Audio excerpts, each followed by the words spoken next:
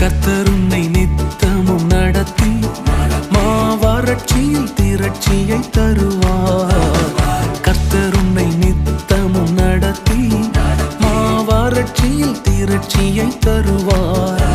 உன் ஆத்துமாவை திருப்தி செய்வார். உன் ஆத்துமாவை திருப்தி செய்வார்.